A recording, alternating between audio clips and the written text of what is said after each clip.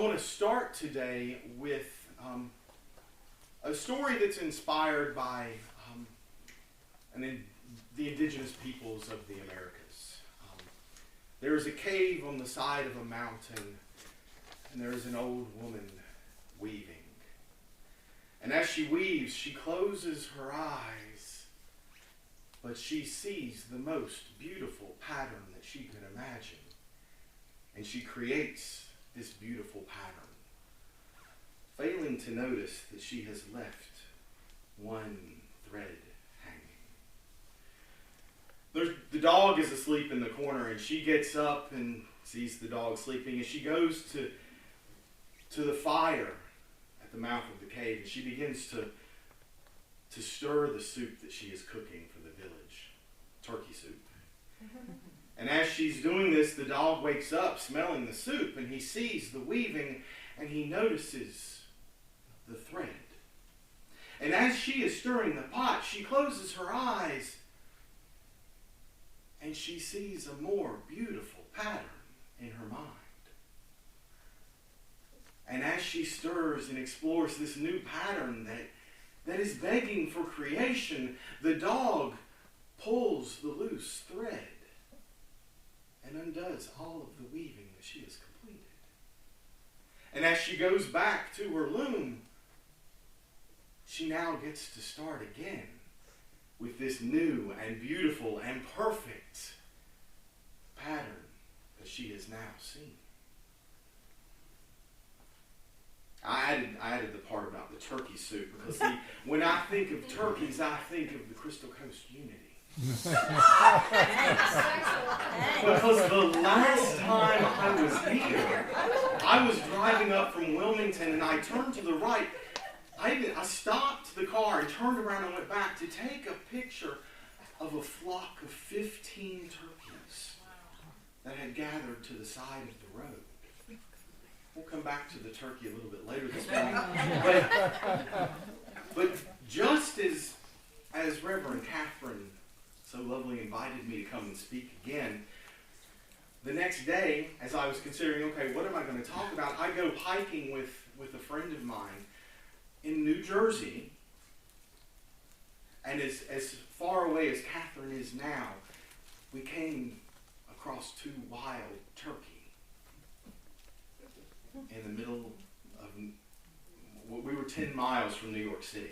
So turkeys. And turkeys are important at this time of year, right? Because we are just wading into the season of gratitude. Yes? You can't go anywhere and not see a turkey these days, right? Because finally the ghosts are down. Right. And the turkeys are right there between the candy that's for sale and all the Christmas tree lights, right? It's all there. And so gratitude is important at this time of year. We have to look at gratitude. We have to look at gratitude because of the third principle that we read today, right? Because it is the attractive power of appreciation that we want to look at this time of year. We have to look at the power of appreciation as we prepare ourselves to go to the Christmas spirit, as we prepare our lives to embody the Christ consciousness, correct? Because that is attainable to us, right? Everything I can do, you can do, and so much more once you know who you are. So we are already in this very first weekend of November, where I am so grateful I had an extra hour of sleep,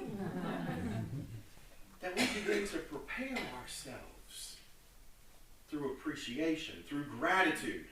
And see, gratitude and appreciation are not the same thing. Do we get that? Gratitude is an emotion. Gratitude sits in our hearts, and it is how we can experience the world.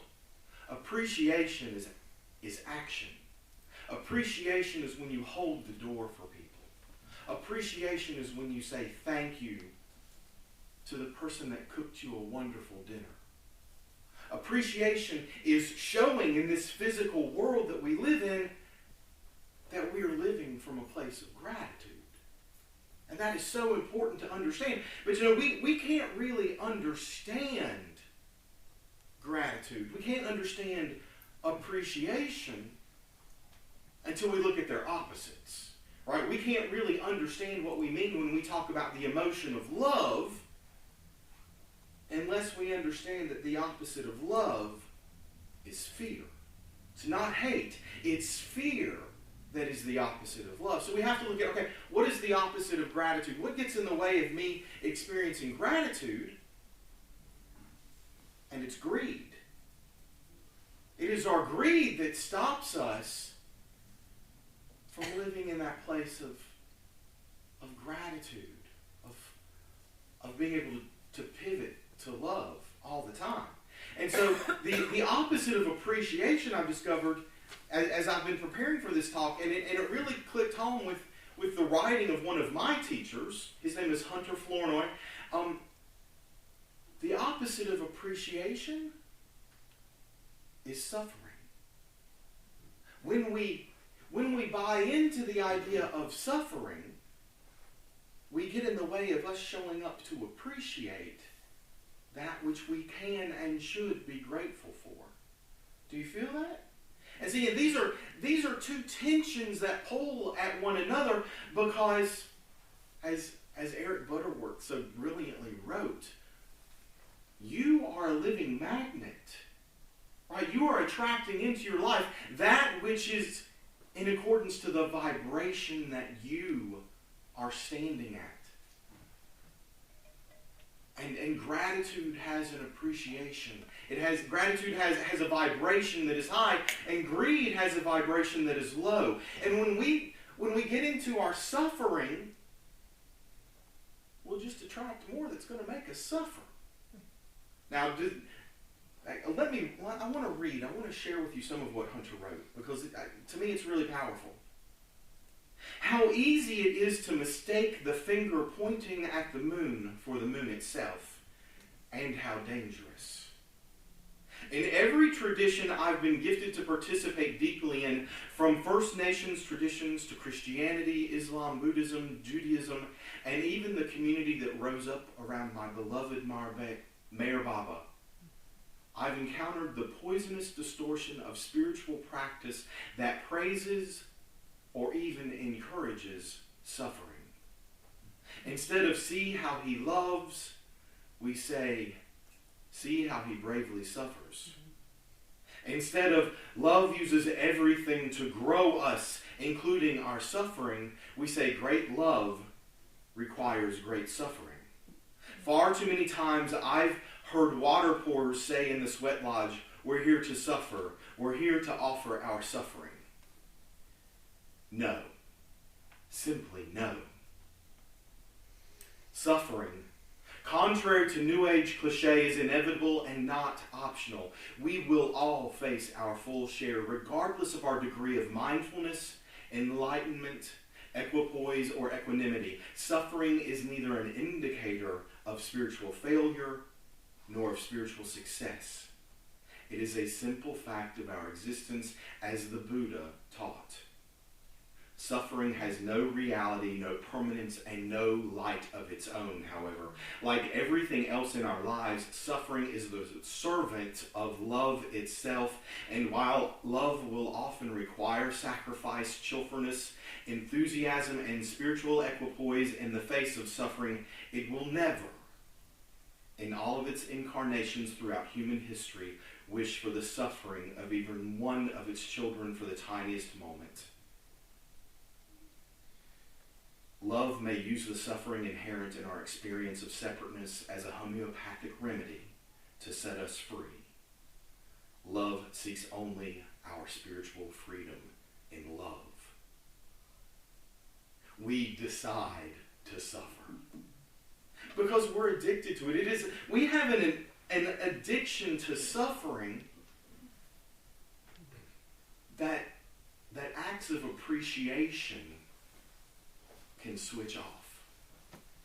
The same way that you can create a magnet by coiling an electric cord around a piece of metal. Did you know this? And you can also create electricity from a magnet. So both things create the other. So as opposed to saying I have to have things in my life that I can be grateful for, we can just learn to be grateful, and all of these beautiful things are going to show up in our world. It's true. That's the power of the third principle. And so I've got some ideas today that I want to share for us to cultivate appreciation. And the first I want to remind everyone of is grace. When we return to the idea of grace, it's really easy to be grateful. Because see, grace tells us that everything in this creation is sacred. Everything is sacred. Say that with me. Everything is sacred. And that just doesn't mean the people you pass on the street. It also means the flowers and the butterflies and the weeds that you pass. And the cars that go up and down the street and don't blow their horn. That was so refreshing to me today because I haven't been in a place without a car horn for months. It's beautiful. There's always a reason to be grateful. And everything holds grace. Everything holds dignity. Because in the beginning was the Word.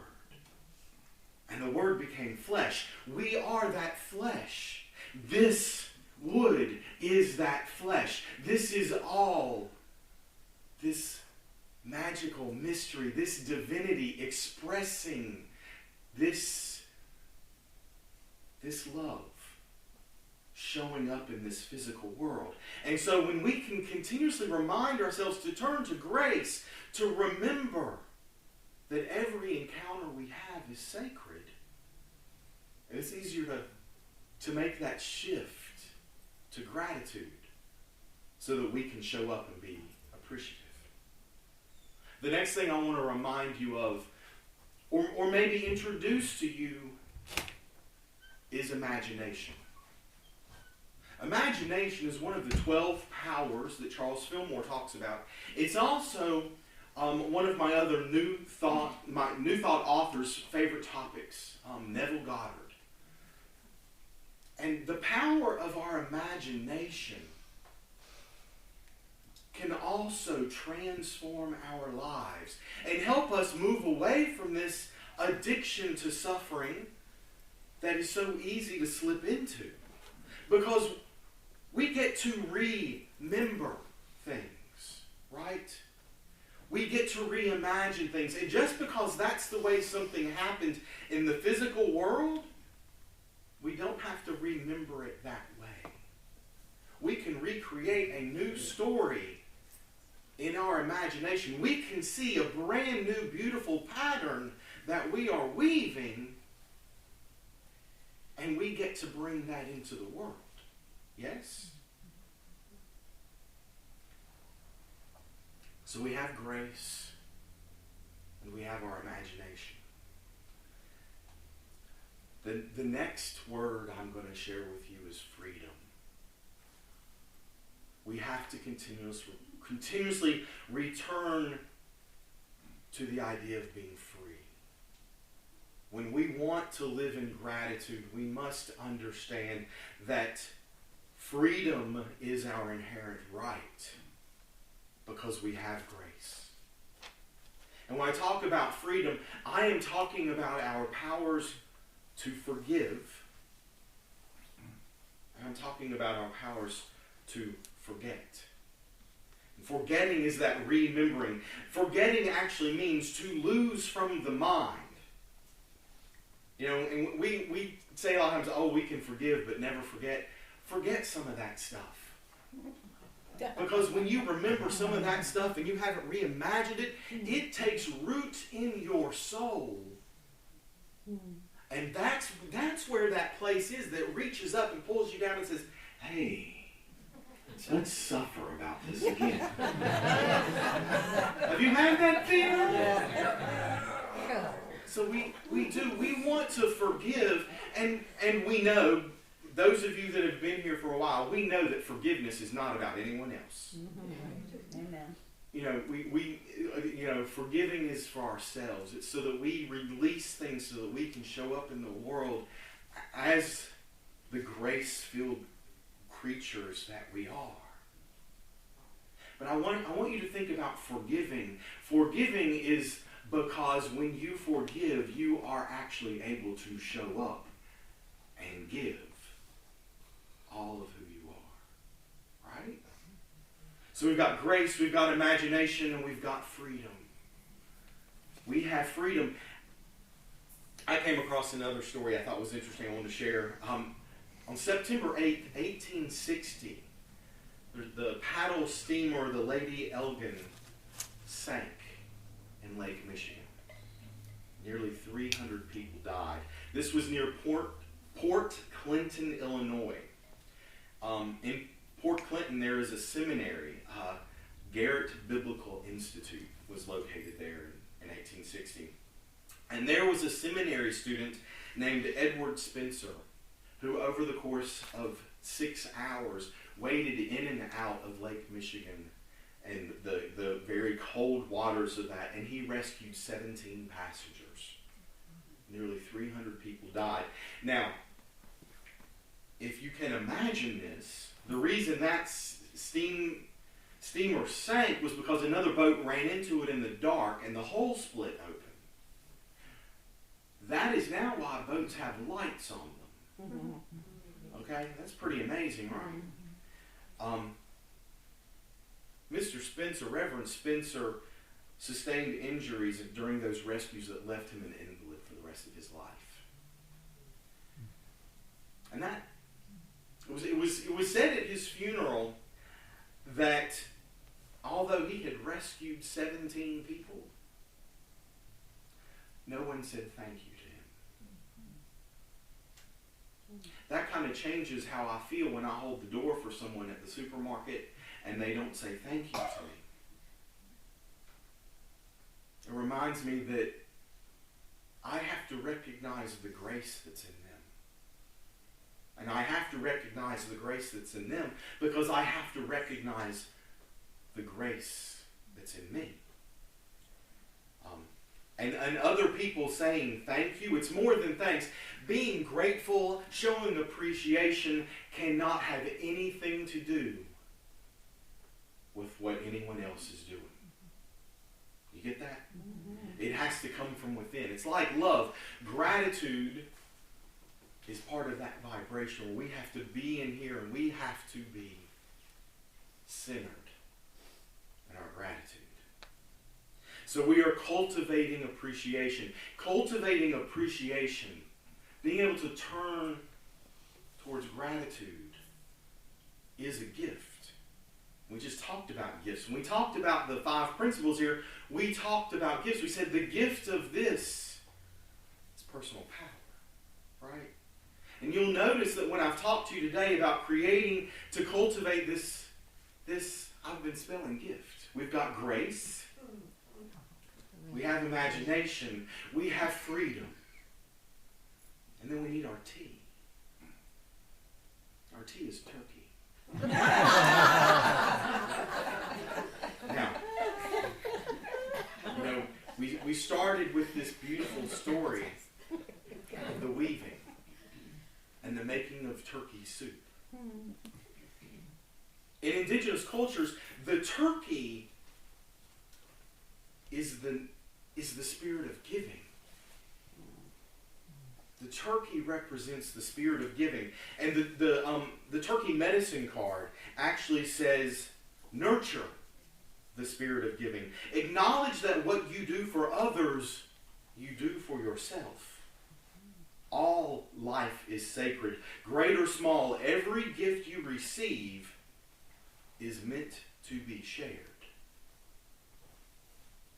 It's not too crazy now, is it, that Todd used turkey? So we're gonna cultivate appreciation as we prepare as we prepare our hearts for the coming of the Christ. And so I want to invite you, as you go out and you do your shopping, as you go out to work, I want you to create a reminder for yourself. So maybe it's every time you touch a doorknob. Maybe it's every time you see a turkey, which might be on a sign. It might be a decoration at Target. There's going to be someone's going to go home. There's going to be a turkey in someone's yard. Okay, it might be something that your child brings home. They trace their hand and they turn it into a turkey. Y'all remember those? Yes. Let that always remind you to turn back to grace. Turn back to imagination. Remember what it means to be free. And remember that what it means for us to be free means that we have to free other people. Every time you see a turkey. And see, I always believe in the plural of things. And so gifts. Let's add an S onto that. Because appreciation is about gifts. And the S is service. Service is the spiritual path, and we all get invited to step into service because that is where we truly know grace. When we get to show up and offer everything that we have been given. Thank you, my beautiful flock of turkeys.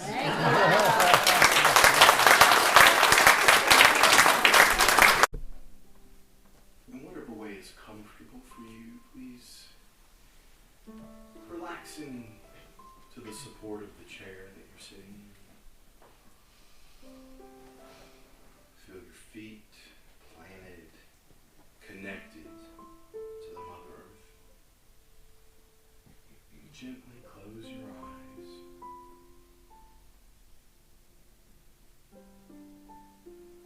Today, I invite you to imagine. Let's imagine a banquet table filled with all your favorite foods.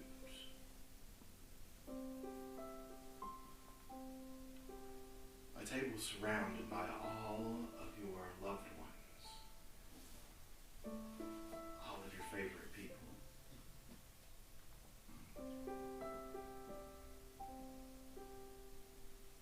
We release now any anxiety, any fears that might show up with having all of our loved ones in one place, and we shift to gratitude.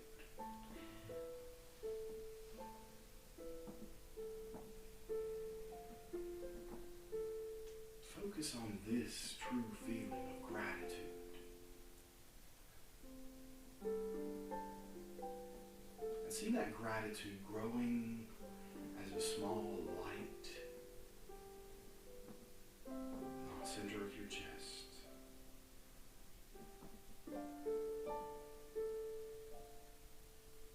And as your gratitude grows, see that light grow.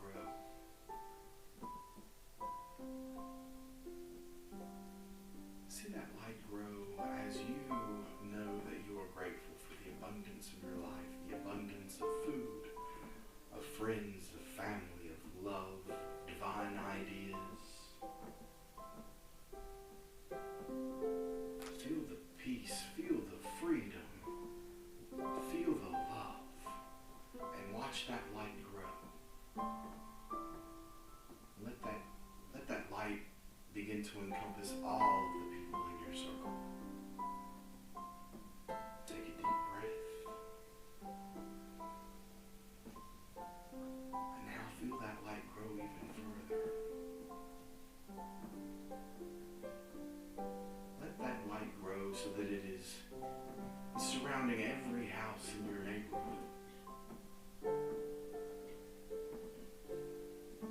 And we are imagining that every family, every home around us is filled with this same gratitude, that they have everything that they need. Every belly is full.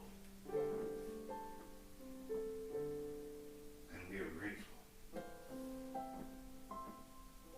Take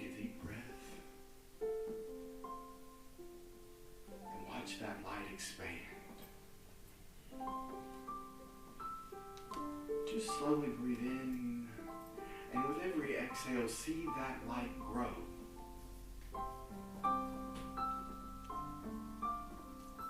Until we see that light encompass the whole world. And we are breathing in gratitude, and we are exhaling love. We are filled with gratitude because in our mind we see every belly filled, everyone surrounded by love.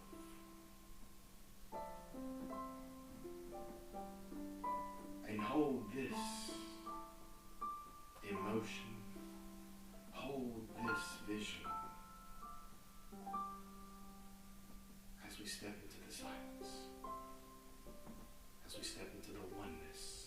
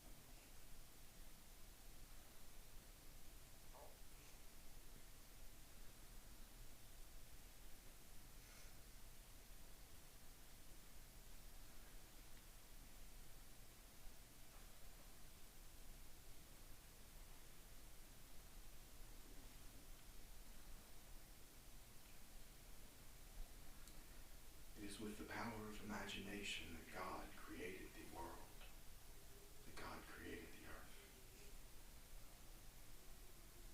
God is calling us now to use the power of imagination to save the earth.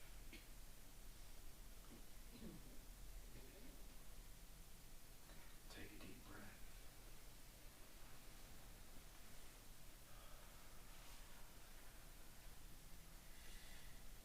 Hold this emotion of gratitude, this emotion of love. And as you are ready, bring your awareness back to your seat, back to the support of your chair, back to the support of the earth beneath your feet. And take a deep breath.